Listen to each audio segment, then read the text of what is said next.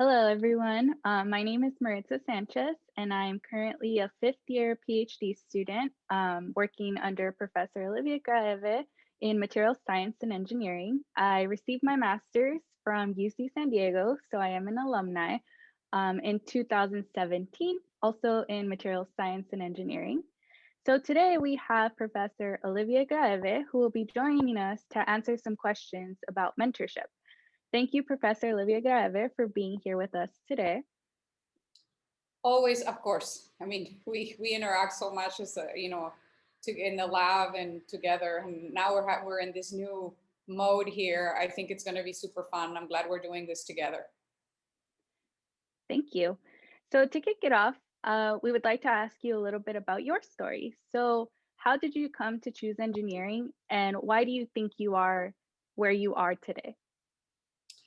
So I grew up in Tijuana, right across the border from San Diego, and indeed I am an alum of UC San Diego, alumna. I finished my undergraduate degree at UCSD in structural engineering in 1995. And the motivation for going into structural engineering back when I did in 1990 was because I was interested in building houses. The logistics of building houses in Tijuana, my hometown, was very complicated at that time because we had this extreme migration of people from the southern part of Mexico into Tijuana. And it was actually a very sad situation. There was no housing. And my mom was also working in a civil engineering firm at that time. And I think that the women civil engineers in that company were a little bit of a motivation for me. Well, maybe a lot of motivation for me. I did a summer internship in that company that one summer when I was in high school, and one of the women there, in fact, took me to UCSD to look at the library and to consider UCSD. So was my junior year of high school, and that sort of convinced me that UCSD was the place for me. You know, somebody took me, a woman engineer, civil engineer. It was great. But it does come from this recognition of a very significant need in my city regarding housing. I have to say though that, you know, once I got into structural engineering, and I certainly finished that degree, but by that time I had done undergraduate research at UCSD, and the person that I was doing undergrad research with was this amazing woman who became then my undergraduate mentor. And as an undergraduate mentor, she helped me to recognize that actually for my PhD, I wanted to do something different. First, I thought I wanted to do materials in PhD, but focused on the materials in construction, so concrete and these kinds of steels. But then I quickly became interested in more functional materials. So for sensors, electronics, certainly some structural materials. It was just the kind of motivation that I received from her was broad in such a way that it just opened a whole bunch of doors for me. And that's how I went. Um, so I guess the motivation there in terms of who came from my mom and from some of the women that I met when I was doing that internship in high school, and certainly from Professor McKittrick, who was my undergraduate research advisor when I was at UCSD. Great. So kind of following that question and you telling us about your mom being like a role model for you in terms of engineering and structural engineering. So tell us about someone who took you under their wing and encouraged and supported all of your success. I mean, I already mentioned Joanna McKittrick, Professor McKittrick. She definitely, I mean, the moment I arrived at UCSD, within a few months, I was already working in her lab, and I worked in her lab over 2 years. So it was hugely influential for me. I mean, it really defined my PhD, right?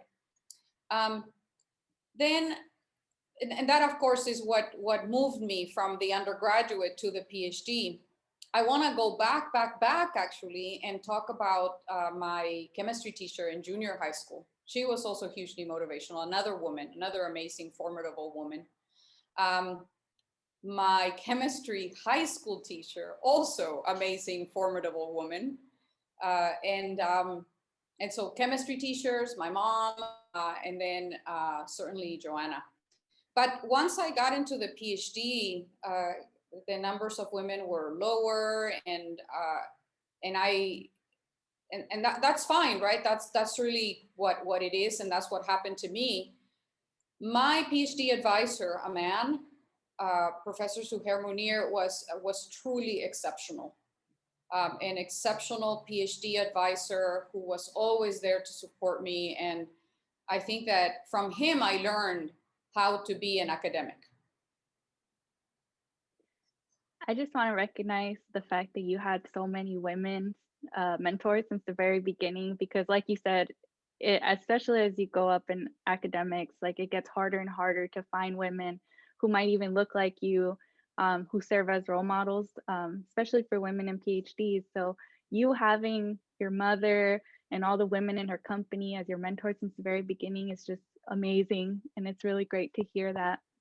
And so following up on that a little bit, how does mentorship increase access and opportunity for underrepresented students? So that's an important question because really in the end what it is that you need to be able to see yourself and recognize yourself in a certain job, in a certain position, in a certain place in time. If you have no examples, if you never see it, then that's just not even a reality for you. Uh, and so, you know, if you live in a neighborhood where you never run into a doctor, then you're not going to see yourself as a doctor.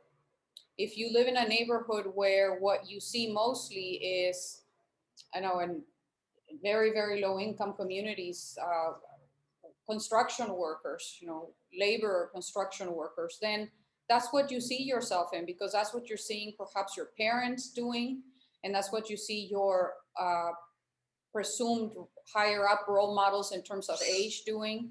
So you have to look at what we have as an offering for our students and say, we need more Latinx faculty, we need more Black faculty, because if we want students to motivate themselves and move on to graduate degrees and then academic positions, then that's not going to happen if they just simply cannot see themselves and recognize themselves in those kinds of places and in those kinds of environments.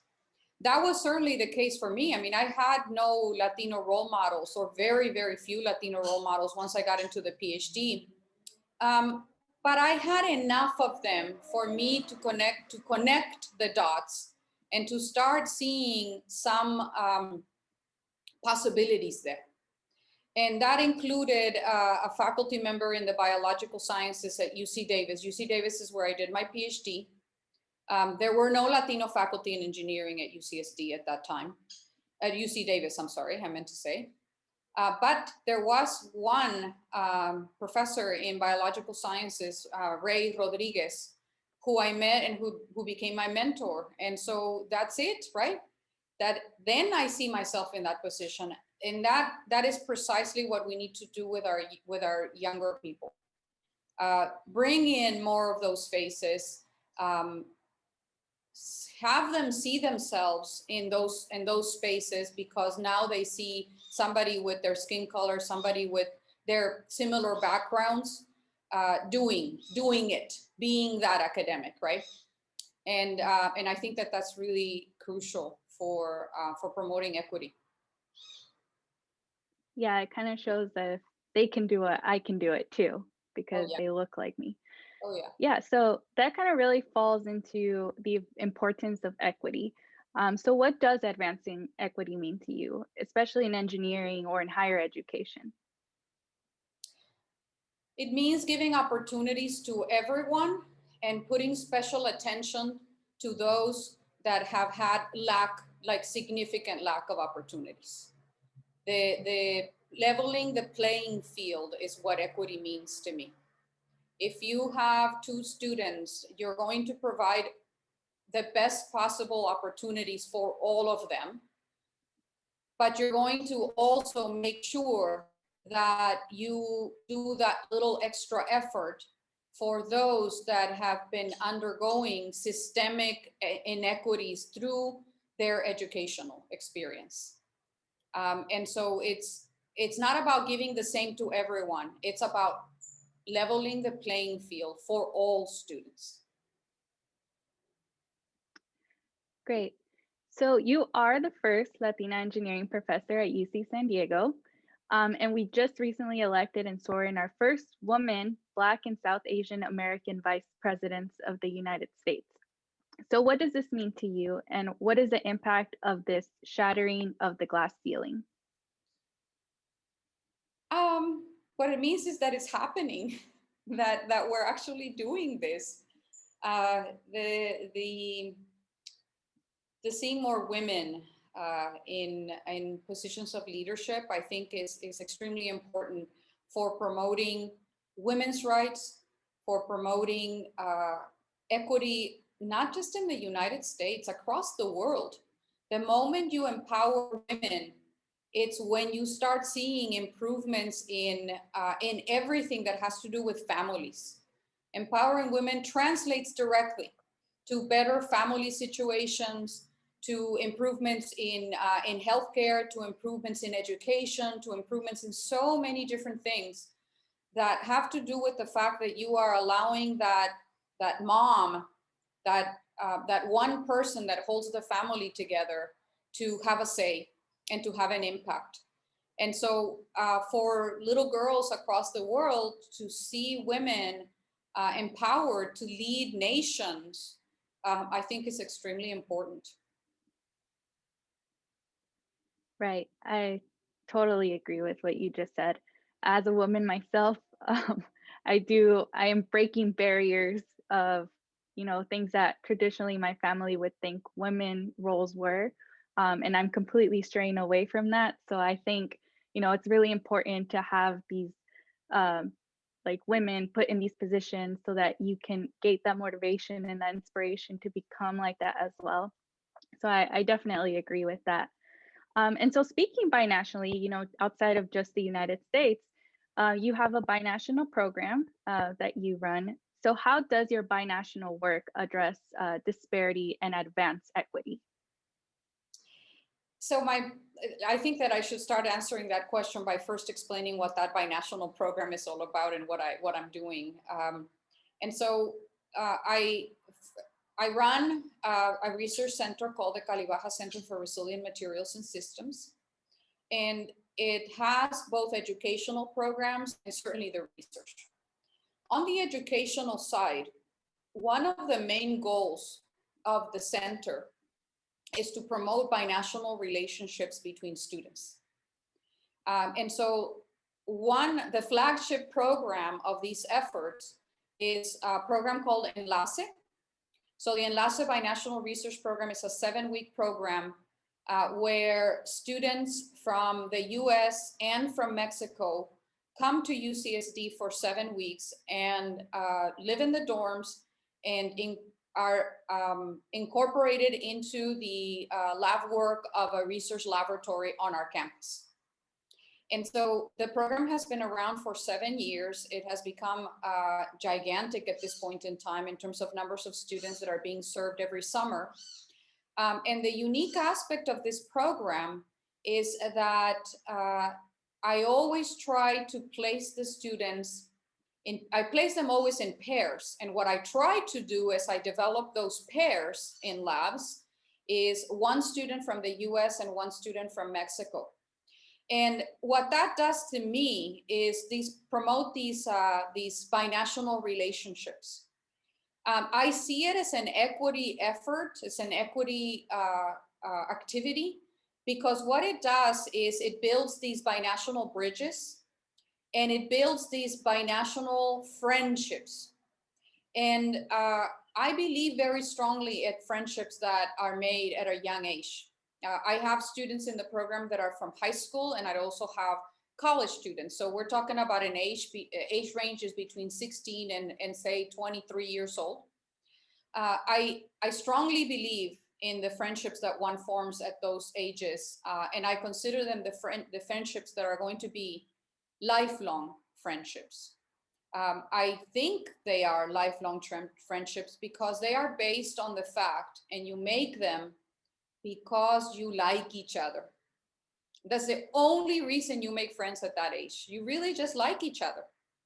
And so when you like each other, when you understand each other, when you really get to know each other, that destroys walls and builds equality among people and builds equity among people.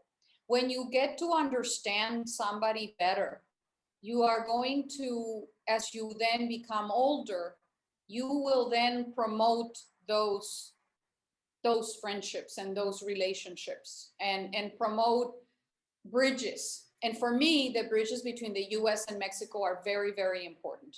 I am a binational person. I have citizenship from both countries.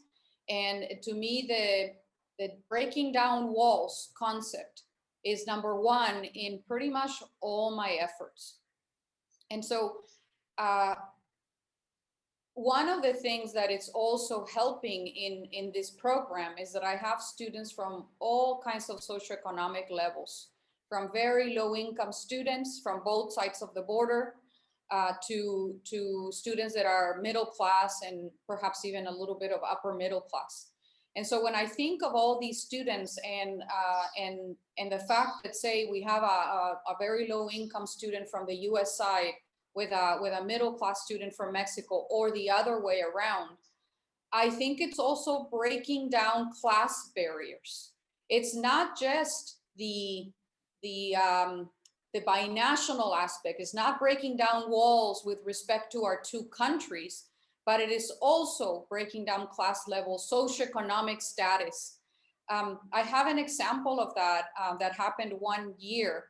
I was towards the beginning of the program, I was actually worried about the difference in socioeconomic levels of the students in the program.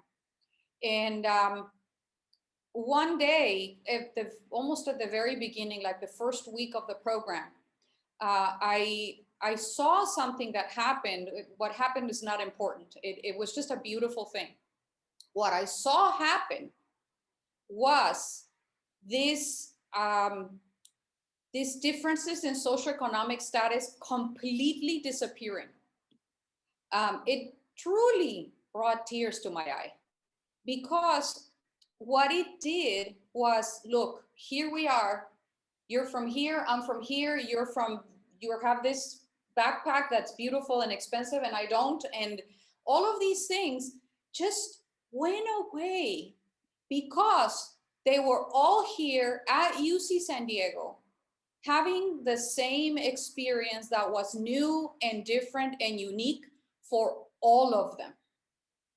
It didn't matter where you came from. It didn't matter what your skin color was. It didn't matter how much money your parents had.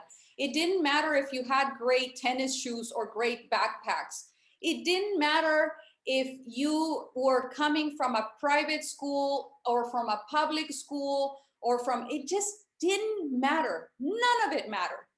What mattered was that we were all here together, learning and experiencing something new and something different and something that we were all going to be there together to support each other. It's like we were in it all on the same boat. It was so beautiful to me to see that happen. I mean, I think about it, like brings tears to my eyes again, because it really defined what was the future of this program. The future of this program is to eliminate class, to eliminate color, to eliminate walls. And I saw it happen. So, yeah, that's what the program's doing. That's how I view it, and that's why I'm going to continue doing it. Yeah, most definitely, I can vouch for that. I actually served as a mentor to a pair of students a couple years ago, And you can already see, apart from all the barriers that you mentioned, there's also the language barrier where some students didn't speak Spanish and some students, their first language was Spanish and had a little trouble speaking English, but yet they still found a way to interact with each other, to communicate with each other, to work together. So it was actually really cool to see just how these students, came together and interacted and built those relationships and built those bonds with each other, regardless of whether they were from Mexico or the US in college or in high school, but they were there to work together on science and other research projects. So yeah, I definitely vouch for that. And I think it's a great program that you have put together that is allowing these opportunities to a lot of these students who wouldn't have had it otherwise. It's just amazing work. And so knowing the amount of progress that this program does in terms of equity, what does an equitable future look like to you? And do you believe that we will get there? I have great hope. I always have had great hope. So yes, the what is it? The Martin Luther King. I always think of that, and I always think of his speech, of course. Hope. But I also think it's like the arc of justice, right? May have a long sort of ways to go, but it always points in the positive direction. I don't know the exact quote, but that's the message, I think of that, and I think we're going to get there as we see the impact of the new U.S. administration and Senator Harris, who is now Vice President Harris, and what I know she's going to do as a vice president. It's going to be amazing. And so when I think of that, and when I think about the new generations that come to our campus, UC San Diego, and who they are and the kinds of characteristics that they have, I have great hope. So kinds of characteristics that they have and that I see in the classroom. They have great interest in environmental justice, for example, and they have great interest in taking care of the environment. That's a great thing. They're particularly attuned to social justice, not just environmental justice, but social justice. They grew up in environments that were much more multicultural than their parents or their grandparents. And so for many of them, I would hope that we would reach all of them eventually. For many of them, most of them, I would say, your skin color, brown or green or whatever else, and it just doesn't matter because of that experience of multiculturality that they've lived through. And that's beautiful. Those are the bridges, right? It's like you interacted with people of all places and all kinds of cultural backgrounds and ethnicities, and that allows you to form those honest friendships when you are 10 or 15 or 20 years old.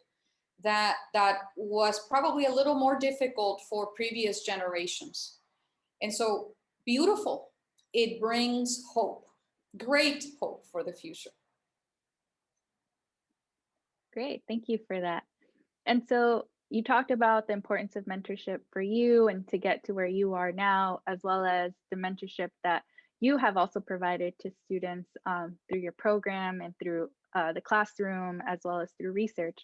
So what advice would you give to those who wish to be mentors and also to the students seeking mentors? So for those of you wanting to be mentors, my suggestion is just go do it. You don't have to become, mentoring is not a weird thing that only professors can do. Maritza, you yourself have been a great mentor for a lot of undergraduates, including undergraduates and high schoolers in the Enlace program. So it doesn't mean that you all of a sudden have to be earth-shattering academic that is going to be meant. No, not at all. We all have the capacity to be mentors to younger people, for example, and maybe even to older people. In some cases, we go up the sort of the career ladder and become, say, professors, and maybe we're mentoring more people. Maybe the numbers increase, perhaps. but not the content and not the intent. Mentoring is all about just providing the right guidance to folks that need it.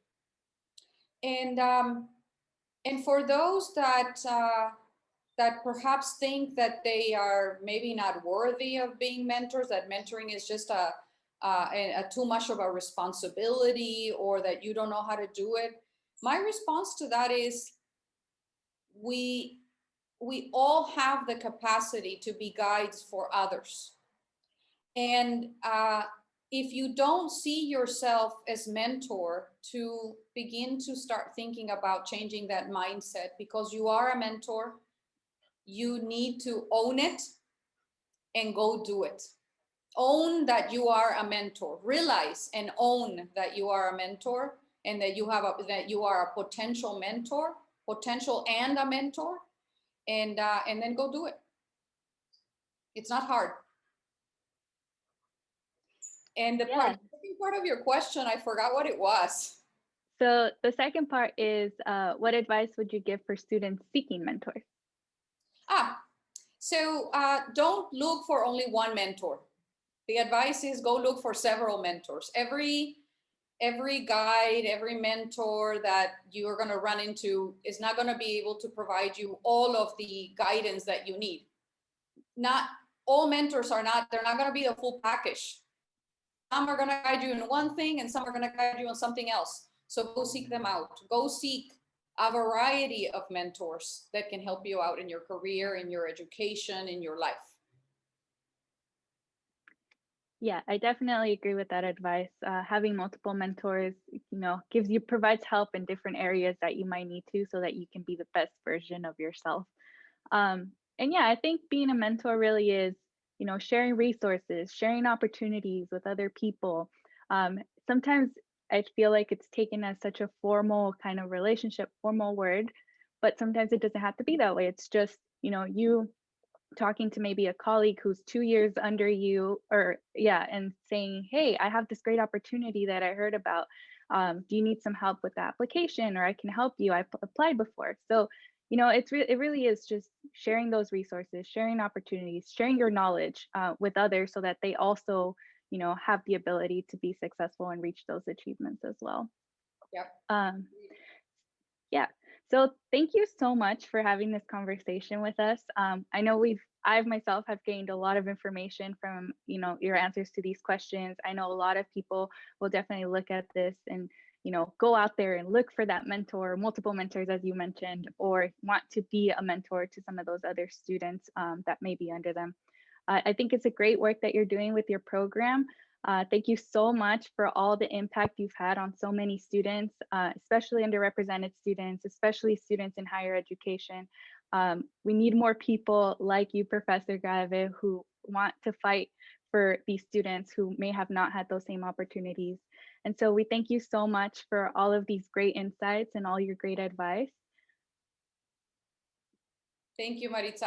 I'm actually grateful to you for also spending the time to do this with me today, to come do this together. It's always enjoyable to be with you in the lab doing research, but now we're doing this other thing, and this is great. Thank you. Thank you.